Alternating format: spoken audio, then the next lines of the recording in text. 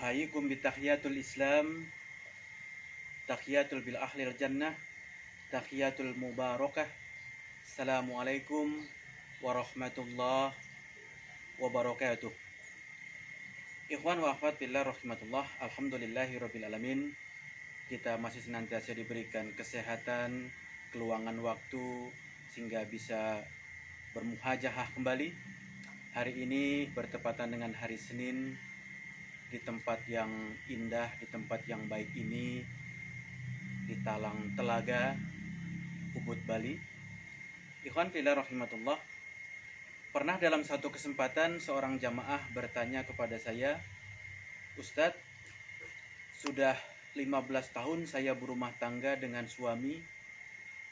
Susah, senang kami rasakan bersama-sama. Namun lambat laun kesulitan, penderitaan terus mendera keluarga kami sehingga saya putuskan untuk bercerai." Lalu ketika jamaah tersebut mengatakan hal ini, rencana ini kepada saya, lalu saya sampaikan beberapa hal yang kira-kira hanya sekitar 2 atau 3 menit. Lalu dengan penyampaian itu beliau akhirnya mengurungkan niat untuk berpisah dengan suaminya. Apa yang saya sampaikan ada beberapa poin. Pertama, sejatinya cinta merupakan perjuangan, bukan sebatas ucapan lisan, bahkan bukan sebatas tindakan semata, tapi cinta adalah perjuangan. Dan cinta tidak akan pernah datang dari langit kepada kita manusia dengan cara yang mudah. Cinta tidak akan pernah datang dari langit kepada kita sebagai manusia bahkan dengan cara yang murah. Dia perlu perjuangan, dia perlu pengorbanan. Maka semacam ujian, banyaknya ujian, bencana, musibah terhadap cinta kita, sejatinya untuk menjadikan cinta kita merekah dan berkembang. Sehingga derita yang dialami oleh pecinta-pecinta itu sejatinya bukanlah musuh. Bahkan derita bagi pecinta adalah sahabat setia. Tidak mungkin dia mengikatkan, menguatkan, menyempurnakan cintanya kalau tidak pernah merasakan penderitaan. Jadi derita bagi pecinta adalah satu sahabat, sahabat karib, teman akrab yang senantiasa mendampingi agar cintanya semakin merekah. Maka jika dalam rumah tangga, dalam hubungan suami dan istri, ada permasalahan, ada ujian, ada bencana, ada problematika yang pelik, yang sulit sedemikian rupa.